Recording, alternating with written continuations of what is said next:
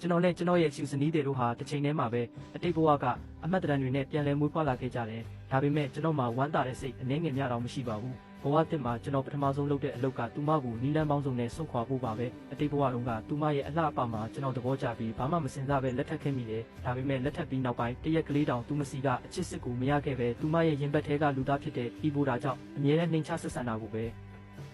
ခံခဲ့ရတယ်မင်းကငါနဲ့တန်ကျင်တာလားမင်းကိုမင်းမှန်ထဲမှာပြန်ကြည့်စမ်းပါဦးဆိုတဲ့စကားလုံးတွေကကျွန်တော်နားထဲမှာအခုထိပဲတင်ထက်နေတော့မဲ့ဘဝတစ်မှာတော့ကျွန်တော်အရင်လိုအရှုံးမပေးတော့ဘူးသူမရဲ့ရင်ဘတ်ထဲကလူသားဤဘိုဒါနဲ့ကျွန်တော်အပေးအယူတစ်ခုလုပ်လိုက်တယ်သူတို့နှစ်ယောက်ဆုံတွေ့နိုင်အောင်ကျွန်တော်လမ်းခင်းပေးတိုင်းသူကကျွန်တော်ကိုပတ်စံပေးရမယ်သူမကကျွန်တော်ကိုရုပ်ရှင်ကြည့်ဖို့ခေါ်ရင်လက်မှတ်ကိုဤဘိုဒါကိုပေးလိုက်တယ်သူမအိမ်မှာညစာစားချင်ရင်ကျွန်တော်တကားကိုအပြင်က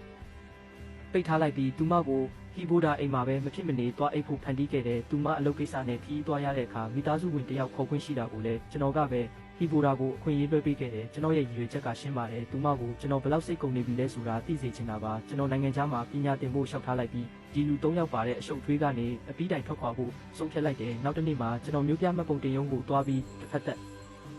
ကွာရှင်းခွင့်လျှောက်ထားခဲ့တဲ့အရာရှိကပြောတယ်တလအတွင်းဒီလျှောက်လွှာကိုပြန်မရုပ်သိမ်းမှုဆိုရင်ကွာရှင်းမှုကတရားဝင်အတည်ဖြစ်သွားလိမ့်မယ်တဲ့အိမ်ပြန်လမ်းမှာစပိန်စီဘီပြန်လာကြတဲ့လူအုပ်ကြီးကိုကြည့်ရင်ဘယ်သူမှမသိနိုင်တာကကျွန်တော်ဟာအတိတ်ဘဝကနာကျင်မှုတွေနဲ့ပြန်လာတဲ့သူဆိုတာပါပဲအတိတ်ဘဝတုန်းကကျွန်တော်ဟာဝိုင်းနှင်းပင်ကိုတိတ်ချစ်ခဲ့တာသူမကလည်းအပြင်ပန်းမှာတော့ဂရုစိုက်တယောက်ရှိခဲ့ပေမဲ့တကယ်တမ်းသူမနှလုံးသားထဲမှာအမြဲတမ်းဟီဘိုရာရှိနေခဲ့တယ်ကျွန်တော်မွေးနေ့မှာကျွန်တော်ကိုပြစ်ထားပြီးဟီဘိုဒါနဲ့ဈေးဝယ်ထွက်တယ်ကျွန်တော်နေမကောင်းဖြစ်နေချိန်မှာမိုးကြိုးပြစ်လို့ကြောက်နေတဲ့ဟီဘိုဒါစီကိုသွားတယ်စားတောက်ဆိုင်သွားရင်လည်းကျွန်တော်အဆက်မစားနိုင်တာတိတိကြီးနဲ့ဟီဘိုဒါကြိုက်တဲ့အဆက်တွေကိုပဲမှတ်တတ်တယ်တောင်းတရင်ဟီဘိုဒါကြောင့်ကျွန်တော်ဒဏ်ရာရခဲ့ရင်တော့သူမကဟီဘိုဒါကိုပဲဂရုစိုက်ပြီးကျွန်တော်ကိုဆေးရုံကိုတယောက်တည်းလွတ်ခဲ့တယ်သူမရဲ့စင်ကြီးကတော့အမြဲတမ်းတူတူပါပဲသူကငါ့မောင်လေးလိုပဲလေမင်းကလည်းအရင်လိုပဲအတွေးခေါ်မရှိဘူးတဲ့အခုတော့ကျွန်တော်မှာပတ်စံမရှိသေးဘူးဒါကြောင့်ဟီဘိုဒါစီသွားပြီးအပေးယူလုပ်ခဲ့တယ်မင်းဝိုင်းနှင်းပင်ကိုကြိုက်တာငါသိတယ်ငါတို့နှစ်ယောက်အဆင်ပြေအောင်လုပ်ပေးမယ်အပြန်လန်အနေနဲ့ငါ့ကိုပတ်စံပေးလို့ပြောလိုက်တယ်ညရောက်တော့ဝိုင်းနှင်းပင်အိမ်ပြန်ရောက်လာတယ်အရင်လိုသူမကြိုက်တဲ့အစားအစာတွေမဟုတ်ပဲကျွန်တော်စားဖို့အတွက်ပဲအင်းမယ်နေငယ်ပြင်ထားတာကိုမြင်တော့သူမအံ့ဩသွားတယ်ဒီနေ့ဘာလို့ခင်းတွေကဒီလောက်နဲနေတာလဲလို့သူမကမေးတယ်ကျွန်တော်ကအေးစစ်စစ်ပဲပြန်ဖြေလိုက်တယ်ဒီရက်ပိုင်းကအစားတောက်ပြက်နေလို့တယောက်စာပဲချက်ခိုင်းထားတာဟီဘိုဒါကမင်းအတွက်ညစာအစင်သင့်ပြင်ထားတယ်အဲ့ဒီကိုပဲသွားစားလိုက်တော့တဲ့သူမကခဏလောက်ကြောင်သွားပြီးမင်းကသူနဲ့ငါအတူတူရှိနေတာကိုအမြဲမုန်းတာမဟုတ်ဘူးလားလို့မေးတယ်ကျွန်တော်ကပြုံးပြီးပြန်ပြောလိုက်တယ်မင်းပဲအမြဲပြောနေတာလေသူကမင်းမောင်လေးလိုပဲဆိုတာအခုတော့ငါလည်းအလိုက်တိတက်အောင်စူးစမ်းနေတာပါဝိုင်းနှင်းပင်ရဲ့မျက်နှာမှာခါတီးတဲ့အရေးအယောင်တွေဖြတ်ပြေးသွားပေမဲ့နောက်ဆုံးတော့သူမထွက်သွားခဲ့တယ်သူမထွက်သွားတာကိုကြည့်ရင်ကျွန်တော်ရဲ့ကွာရှင်းပြက်ဆဲခြင်း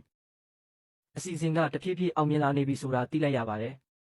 ်ကျွန်တော်အိမ်တကားကိုအသေးပိတ်လိုက်တဲ့တစ်ဖက်ခြံကဟီဘိုဒါကတော့ဝိုင်းနှင်းပင်ရောက်လာတာနဲ့မျက်လုံးတွေအယောင်တောက်သွားပြီးအလိုက်တတိနဲ့အင်ကြီးချုပ်ပေးဟင်းတွေအစုံလင်ပြင်ပေးထားတော့တာပဲဝိုင်းနှင်းပင်တယောက်တစ်ခုခုထူးဆန်းနေမှန်းသိပေမဲ့ဟီဘိုဒါရဲ့စကားပြောပြမှုတွေကြားမှာပဲညစာစားပွဲကတော်တော်လေးကြာသွားခဲ့တယ်သူမအိမ်ပြန်ရောက်တဲ့အခါအင်ကြီးတအိမ်လုံးမှောင်တိကျနေတာမြင်တော့စိတ်တူတူနဲ့တကားကိုအတင်းထုပြီးကျွန်တော်နာမည်ကိုအော်ခေါ်တော့တာပေါ့ဒါပေမဲ့ကျွန်တော်ကတော့အထက်ကနေဘာသာမှပြန်မပေးခဲ့ဘူးနောက်ဆုံးသွားစရာမရှိတော့တဲ့အဆုံးဟီဘိုဒါအိမ်ကိုပဲပြန်သွားရတော့တယ်ဟီဘိုဒါကတော့ဝိုင်းနှင်းပင်သူ့အိမ်မှာအိပ်ရမယ်ဆိုတာသိလိုက်ရတော့ဝမ်းတာလုံးစိုးနေပေမဲ့အပြင်ပန်းမှာတော့စိုးရိမ်ဟန်ဆောင်ပြီးသူ့အိမ်မှာပဲနားဖို့ပြောရှာတယ်။နောက်တစ်နေ့မနက်စောစောကျွန်တော်တကားဖွင့်လိုက်တော့ဝိုင်းနှင်းပင်ကဧကန်ဆိုဖာပေါ်မှာထိုင်နေတာတွေ့လိုက်ရတယ်။သူမကညကဘာလို့တကားပိတ်ထားတာလဲလို့မေးတော့ကျွန်တော်ကလည်းအေးစစ်စစ်ပဲဒီရက်ပိုင်းတကူးတွေပေါ်လို့အကျင့်ပါပြီးပိတ်လိုက်တာမင်းဟီဘိုဒါစီသွားတာမေ့သွားလို့ပါဆိုပြီးခပ်ပုတ်ပုတ်ပဲပြန်ဖြေလိုက်တယ်။အဲ့ဒီနောက်ဝိုင်းနှင်းပင်ကရုပ်ရှင်လက်မှတ်တစ်စောင်ထုတ်ပေးပြီးအလုပ်အားရင်အတူကြည့်ဖို့ပြောပေမဲ့ကျွန်တော်ကတော့ဖက်တောင်မလုပ်ခဲ့ဘူးအတိတ်ဘဝတုန်းက9နှစ်တာလက်တွဲခဲ့ပေမဲ့သူမဟာကျွန်တော်နဲ့ရုပ်ရှင်တကားလုံးဆုံးအောင်တစ်ခါမှမကြည့်ပေးခဲ့ဘူးမြဲဟီဘိုဒါခေါ်လိုက်ရင်တန်းပြေးတာပဲလေဒီလက်မှတ်ကိုကျွန်တော်ကဟီဘိုဒါကိုပဲသွားပေးပြီးမင်းပဲသွားကြည့်လိုက်တော့ဒီနေ့သူ့ကိုအထင်ကြီးအောင်လုပ်ခဲ့ဦးလို့ပြောပြီးသူ့စီကပတ်စံယူခဲ့လိုက်တယ်ညဘက်ဝိုင်းနှင်းပင်အိမ်ပြန်ရောက်လာပြီးဘာလို့ရုပ်ရှင်ကြည့်ဖို့မလာတာလဲလို့မေးတော့လဲနေမကောင်းလို့ဆိုပြီးပဲအကြောင်းပြလိုက်တယ်အဲ့ဒီအချိန်မှာပဲကွာရှင်းခွင့်လျှောက်ထားတဲ့ရုံးကနေဖုန်းဆက်လာတယ်ကျွန်တော်လည်းလူမိမှာဆိုလို့အတိတ်ကစာရွက်စာတမ်းတွေမစုံလို့ဖြစ်မှာပါကျွန်တော်ပဲသွားပြင်လိုက်မယ်လို့အမြန်ပြောပြီးဖုန်းပြလိုက်ရတယ်နောက်ရက်မှာတော့သူမရဲ့ဆရာသမားမွေးနေ့ပွဲကိုအတူတူသွားခဲ့ကြတယ်ပွဲမှာဝိုင်းနှင်းပင်ကကျွန်တော်နဲ့ကချင်ပေမဲ့ကျွန်တော်ကညင်းလိုက်ပြီးဟီဘိုဒါနဲ့ပဲကခိုင်းလိုက်တဲ့လူတွေကဝိုင်းနှင်းပင်ကိုတခြားယောက်ျားတစ်ယောက်နဲ့ကနေတာမြင်ပြီးကြွယ်ရမှာအတင်းပြောနေကြပေမဲ့ကျွန်တော်ကတော့ဘာမှမဖြစ်သလိုပဲဘေးကနေကြည့်နေခဲ့တယ်ပွဲအပြီးမှာဝိုင်းနှင်းပင်ကမူးနေတာကြောင့်ကျွန်တော်တို့၃ယောက်ကားတစ်စီးနဲ့ပြန်လာခဲ့ကြတယ်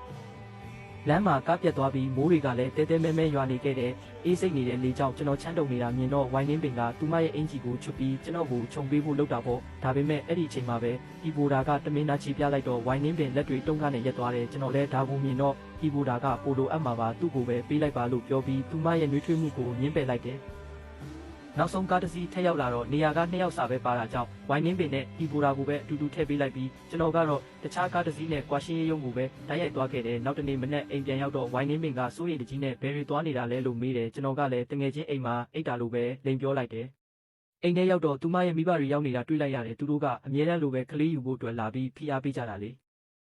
ေညစာစားတဲ့အခါသူမအဖေကအားစစ်ဆိုပြီးစွပ်ပြုတ်တစ်ခွက်တိုက်တယ်ကျွန်တော်လည်းမငင်းမဲတောက်လိုက်မိတယ်ဒါပေမဲ့အဲ့ဒီစွပ်ပြုတ်ထဲမှာဆေးတွေပါနေခဲ့မှန်းကျွန်တော်တို့2ယောက်လုံးအခန်းထဲရောက်မှသိလိုက်ရတယ်ဝိုင်းနှင်းပင်ကဆေးရှိန်နဲ့ကျွန်တော်ဘောကိုအတင်းတက်ခွာပြီးနမ်းဖို့လှုပ်လာတဲ့အခါကျွန်တော်ကတော့သူမကိုအရှိန်နဲ့တွန်းထုတ်လိုက်တယ်သူမအံ့ဩသွားတဲ့အချိန်မှာကျွန်တော်ကအရင်ဆုံးရေချိုးလိုက်ပါဦးလို့အကြောင်းပြပြီးလမ်းလွှဲလိုက်တယ်သူမရေချိုးခန်းထဲဝင်သွားတာနဲ့ကျွန်တော်ကပြတင်းပေါက်ကနေခုန်ချပြီးဟီဘိုဒါစီကိုအပြေးသွားခဲ့တယ်ဝိုင်းနှင်းပင်ကအခုဆေးရှိန်တက်နေပြီးမင်းအတွက်ဒါကအကောင်းဆုံးအခွင့်အရေးပဲမြင်သွားတော့လို့ပြောပြီးသူမကိုတခြားယောက်ျားတစ်ယောက်ရဲ့လက်ထဲကိုကျွန်တော်လက်နဲ့ကိုယ်တိုင်အနံခဲလိုက်ပါတယ်ဝိုင်းနှင်းပင်ဟာရေချိုးပြီးပြန်ထွက်လာတဲ့အခါအခန်းမီးတွေကမိန်နေပြီးဖြစ်တယ်လို့ကရင်ပေါ်မှာလည်းလူရိတ်တစ်ခုလဲနေတာကိုတွေ့လိုက်ရတယ်သူမဟာဘာမှမစင်စားပဲအနားကိုသွားပြီးအဲ့ဒီလူကိုအတင်းဖန်တန်းဖို့လုပ်တာပေါ့ဒါပေမဲ့အဲ့ဒီလူစီကထူဆန်းတဲ့အတန်ထွက်လာတော့မှဝိုင်းနှင်းပင်တယောက်လန့်ပြီးမီးဖွင့်ကြည့်လိုက်တဲ့အခါသူမကရင်ပေါ်မှာရောက်နေတာကကျွန်တော်မဟုတ်ပဲဟီဘိုဒါဖြစ်နေတာကိုတွေ့လိုက်ရတယ်ဟီဘိုဒါလည်းလူမိသွားပြီဆိုတာသိတာနဲ့ကြောက်ကြောက်လန့်လန့်နဲ့ထွက်ပြေးသွားတော့တာပဲနောက်တနေ့မနက်မှာဝိုင်းနှင်းပင်ကညကအကြောင်းကိုဇဝေဇဝါနဲ့မေးပေမဲ့ကျွန်တော်ကတော့ဘာမှမသိတယ်လို့ပဲနေခဲ့တယ်မကြခင်မှာပဲဝိုင်းနှင်းပင်ကဘေပင်မြို့ကိုအလုပ်ပြောင်းရမယ့်အမိန့်စာရလာခဲ့တယ်အဲ့ဒီမြို့ကိုမိသားစုဝင်တယောက်ပဲခေါ်သွားခွင့်ရှိတာကြောင့်သူမဟာကျွန်တော်ကိုထားခဲ့ပြီးဟီဘိုဒါကိုပဲအရင်ခေါ်သွားဖို့ဆုံးဖြတ်လိုက်တယ်သူကတယောက်တည်းမှုလို့ပါမင်းကတော့နောက်မှလိုက်ခဲ့ပေါ့လို့သူမကပြောတဲ့အခါကျွန်တော်ကဘာမှမငြင်းမဲ့ချက်ချင်းသဘောတူလိုက်တယ်ကျွန်တော်ဒီလောက်အလွယ်တကူလက်ခံလိုက်တာကိုသူမတော်တော်လေးအံ့ဩသွားခဲ့တယ်သူမမျိုးမပြောင်းခင်လုပ်တဲ့နှုတ်ဆက်ပွဲမှာပဲရုတ်တရက်ငလင်ကြီးအပြင်းထန်လောက်ခတ်ပါတော့တဲ့အဆောက်အဦတွေပြိုကျပြီးကျွန်တော်နဲ့ဟီဘိုဒါ2ယောက်လုံးအပျက်စီးတွေအောက်မှာပိတ်မိသွားခဲ့တယ်ကယ်ဆယ်ရေးအဖွဲ့ရောက်လာပြီးကျွန်တော်တို့2ယောက်လုံးကိုမြင်နေရပေမဲ့ဟီဘိုဒါရဲ့အော်ဟစ်ငိုယိုတန်ကြောင့်ဝိုင်းနှင်းပင်ဟာကျွန်တော်ကိုပြစ်ထားခဲ့ပြီးဟီဘိုဒါကိုပဲအရင်ကယ်ဖို့ရွေးချယ်ခဲ့တယ်အရင်ဆုံးဟီဘိုဒါကိုပဲကယ်ပေးပါဆိုတဲ့သူမရဲ့စကားတန်ကကျွန်တော်နှလုံးသားကိုအပီးတိုင်အကွဲစေခဲ့ပါတယ်ဟီဘိုဒါကိုကယ်ထုတ်ပြီးတာနဲ့အဆောက်အဦကထပ်မံပြိုကျသွားပြီးကျွန်တော်ဟာမှောင်တိကျတဲ့အပျက်စီးတွေအောက်မှာထပ်မံမြုပ်နှံခံလိုက်ရပါတော့တယ်ကျွန်တော်ဆေးရုံမှာနိုးလာတဲ့အခါဝိုင်းနှင်းပင်ကစိုးရိမ်တကြီးစောင့်ကြည့်နေတာတွေ့ရပေမဲ့ကျွန်တော်စိတ်ထဲမှာသူမအပေါ်ဘာတန်ရောစင်မှမရှိတော့ဘူးဟီဘိုဒါကကျွန်တော်စီလာပြီးမင်းပါလို့သူမစီမှာကတ်နေသေးတာလဲလို့လာရန်တွေ့တဲ့အခါကျွန်တော်ကအေးအေးဆေးဆေးပဲတရားဝင်ကွာရှင်းစာချုပ်ကိုထုတ်ပြလိုက်တယ်ငါမင်းတို့2ယောက်ကြားကနေထွက်ပေးပြီးလို့ပြောပြီးဟီဘိုဒါစီကနောက်ဆုံးပေးချေမှုကိုယူလိုက်တယ်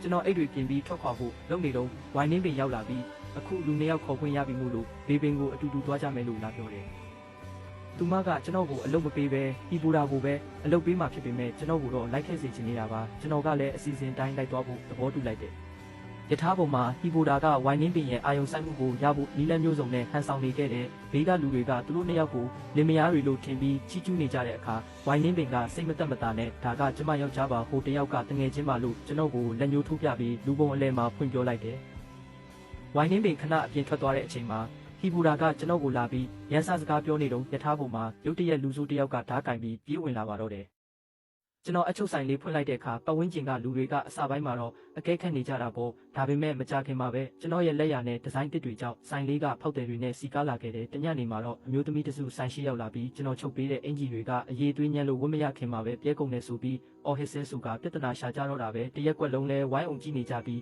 ကျွန်တော်ကိုတန်တရားမျက်လုံးတွေနဲ့ကြည့်လာကြတယ်အဲ့ဒီအချိန်မှာလီဆာကရောက်လာပြီးအဲ့ဒီအင်ဂျီတွေကိုတေချာစစ်ဆေးလိုက်တယ်ကျွန်တော်ကအင်ဂျီချုပ်ပြီးတိုင်းအတွင်းဘက်မှာကိုပိုင်မှတ်သား signature လေးတစ်ခုအမြဲထည့်ချုပ်လေးရှိပေမဲ့အဲ့ဒီအင်ဂျီတွေမှာတော့အဲ့ဒီအမှတ်သားမပါတာကိုလီဆာကလူပုံအလဲမှာတက်တည်ပြလိုက်တယ်နောက်ဆုံးတော့ဒါဟာဘေးကဆိုင်ရှင်ကကျွန်တော်ကိုမနာလိုလို့တမင်တက်လူငါပြီးဒုက္ခပေးတာဆိုတာပေါ်သွားပြီးရဲဖမ်းတာခံလိုက်ရပါတယ်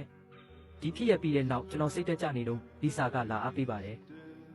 ်ဒါပေမဲ့မကြခင်မှာပဲလီဆာကသူမရဲ့နေရဖြစ်တဲ့ဘေဘင်းကိုပြန်ရတော့မယ်ဆိုတဲ့သတင်းကိုကြားလိုက်ရတယ်တကယ်တော့လီဆာဟာတာမန်မိန်းကလေးတစ်ယောက်မဟုတ်ပဲဘေဘင်းမျိုးကအဆင့်မြင့်အရာရှိကြီးတူရဲ့မြေမလေးဖြစ်နေခဲ့တာပါသူမထွက်သွားတဲ့အခါကျွန်တော်တော်တော်လေးအထီးကျန်သွားခဲ့တယ်သူမကကျွန်တော်ကိုသူမရဲ့လက်ဖက်ရည်ဆိုင်လေးကိုစောင့်ရှောက်ပေးဖို့နဲ့စာရေးဖို့မှာခဲ့ပါတယ်တစ်ဖက်မှာတော့ဝိုင်းနှင်းပင်ဟာကျွန်တော်နဲ့ကွာရှင်းပြီးနောက်ပိုင်းပို့ပြီးတော့အေးဆက်ခတ်ထန်လာခဲ့တယ်သူမနဲ့အတူဘေဘင်ကိုလိုက်သွားတဲ့ဟီဘိုဒါဟာလည်းအကျင့်မကောင်းတာတွေပေါ်ကုန်ပြီးထောင်ကျသွားခဲ့ပါတယ်။ဝိုင်းနှင်းပင်ဟာကျွန်တော်ကိုရှာဖို့လူတွေမျိုးမျိုးလွတ်နေပေမဲ့ကျွန်တော်ကတော့ဟ ဟန်ကန်မြို့လေးမှာလူမတိအောင်ပုံနေခဲ့တာတစ်နှစ်တောင်ရှိသွားပါပြီရုတ်တရက်ဆိုသလိုလီဆာကကျွန်တော်စီကိုပြန်ရောက်လာခဲ့တယ်သူမကကျွန်တော်ကိုအလေးနဲ့ထားပြီးချစ်ခွင့်တောင်းခဲ့ပါတယ်ကျမရှင်နဲ့ဝိုင်နှင်းပင်လူကြားကအတိတ်ကိုသိပါတယ်ဒါပေမဲ့ကျမကသူမလိုမျိုးရှင်းကိုဘယ်တော့မှနာကျင်အောင်လုပ်မှာမဟုတ်ဘူးလို့သူမကပြောတဲ့အခါကျွန်တော်တော်တော်လေးတုန်လှုပ်သွားခဲ့တယ်အစာပိုင်းမှာဝေခွဲမရဖြစ်နေပေမဲ့လီဆာရဲ့စိတ်ရှိမှုနဲ့စစ်မှန်တဲ့မြတ်တာကြောင့်နောက်ဆုံးမှာတော့ကျွန်တော်တို့နှစ်ယောက်ဆစ်ဆက်လိုက်ကြပါတယ်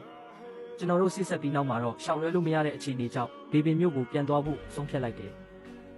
လီဆာရဲ့မိသားစုကကြီးကျယ်ခမ်းနားတဲ့ဂုဏ်ပြုပွဲတစ်ခုလုပ်ပေးခဲ့ပြီးအဲ့ဒီပွဲကိုဝိုင်နှင်းပင်လည်းတက်ရောက်လာခဲ့တဲ့ပွဲမှာလီဆာရဲ့ဆစ်ဆက်ထားသူဟာကျွန်တော်ဖြစ်နေမှန်းမြင်လိုက်ရတဲ့အခါဝိုင်နှင်းပင်ရဲ့လက်ထဲကဝိုင်ကွက်ဟာကျမ်းပြင်ပေါ်ကိုပြစ်ကျသွားခဲ့ပါတယ်။သူမဟာကျွန်တော်ကိုနှစ်တိုင်အယူမူလိုက်ရှာနေခဲ့တာလေ။ဝိုင်နှင်းပင်ကကျွန်တော်နားကိုအတင်းတိုးလာတဲ့အခါလီဆာကကျွန်တော်ရှိကနေမမမက်ရက်ပြီးကာကွယ်ပေးလိုက်တယ်။ဝိုင်နှင်းပင်ကဒေါသတာကြီးနဲ့သူကငါယောက်ျားပဲလို့လူပုံအလဲမှာအော်ပြောလိုက်တဲ့အခါပွဲတစ်ခုလုံးတိတ်ဆိတ်သွားပါတော့တယ်။တိတ်ကအမားတွေအတွက်နောင်တရနေတဲ့ဇနီးဟောင်းနဲ့အခုလက်ရှိကျွန်တော်ကိုတန်ဖိုးထားတဲ့စစ်ဆက်ထားသူတို့ကြားမှာဘာတွေဆက်ဖြစ်မလဲဆိုတာကတော့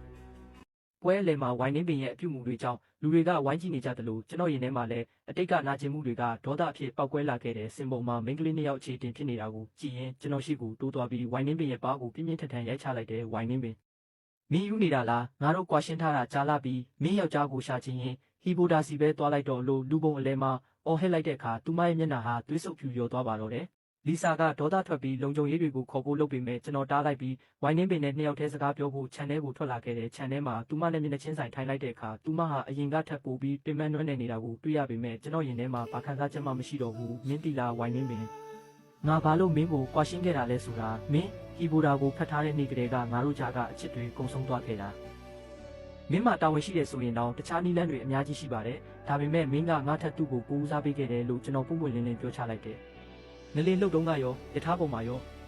မင်းရဲ့ပထမဆုံးရွေးချယ်မှုကအမြဲတမ်းသူပဲဖြစ်ခဲ့တယ်အဲ့ဒါကိုတာဝန်ယူမှုလို့အကြောင်းပြမနေနဲ့အဲ့ဒါသူ့ပေါ်ထားတဲ့မင်းရဲ့စိတ်ကစားမှုတွေပဲငါသာတကယ်ဖြစ်နိုင်ရင်မင်းနဲ့ဒီဘဝမှာဘယ်တော့မှမဆုံးချင်တော့ဘူးလို့ကျွန်တော်မျက်ရည်တွေကြားကပြောလိုက်တဲ့အခါသူမရဲ့မျက်နှာမှာပထမဆုံးအကြိမ်ဖြစ်တုံ့လုံးချောက်ချမှုတွေမြင်လိုက်ရတယ်သူမကကျွန်တော်မျက်ရည်တွေကိုတုပ်ပေးဖို့ကြိုးစားပေမဲ့ကျွန်တော်ကတော့ရှောင်ခဲလိုက်တယ်သူမကတုံရင်ရင်နဲ့ဒါတွေကအထင်လွဲတာပါငါ့ကိုရှင်းပြခွင့်ပေးပါလို့တောင်းပန်နေတော့မှပဲလီဆာကရောက်လာပြီးဝိုင်နှင်းပင်ကိုပါထက်ရိုက်လိုက်တယ်အခုချက်ချင်းထွက်သွားတော့ငါနှလုံးလုံးသူ့ကိုဒီလောက်နှိပ်စက်ခဲ့တာမဝသေးဘူးလားလို့လီဆာကဒေါသတကြီးအော်ထုတ်လိုက်တယ်ကျွန်တော်လည်းလီဆာရဲ့ပခုံးကိုကင်ပြီးတော်ပါတော့လီဆာအဖိုးတို့စောင့်နေပြီလို့ပြောကဝိုင်နှင်းပင်ကိုတစ်ချက်ကလေးတောင်ပြန်မကြည့်ပဲလှည့်ထွက်လာခဲ့ပါတယ်နောက်ကနေရီချမ်းငါစကားနားထောင်ပါဦးဆိုတဲ့သူမရဲ့အော်ဟစ်တောင်းပန်တန်တွေထွက်ပေါ်နေပေမဲ့ကျွန်တော်လုံးဝလှည့်မကြည့်ခဲ့ပါဘူးအစကတည်းကမှားယွင်းခဲ့တဲ့ဒီချစ်ဆက်လန်းဟာအခုတော့ဘဝနှစ်ခုလုံးအတွက်အပြီးတိုင်အဆုံးသတ်သွားခဲ့ပါပြီကျွန်တော်လက်ကိုတင်းတင်းဆုပ်ကင်ထားတဲ့လီဆာရဲ့နှွေးထွေးတဲ့လက်ကလေးကသာကျွန်တော်ရဲ့ဘဝတစ်အတွက်တကယ်အဖြစ်ပဲဖြစ်ပါတော့တယ်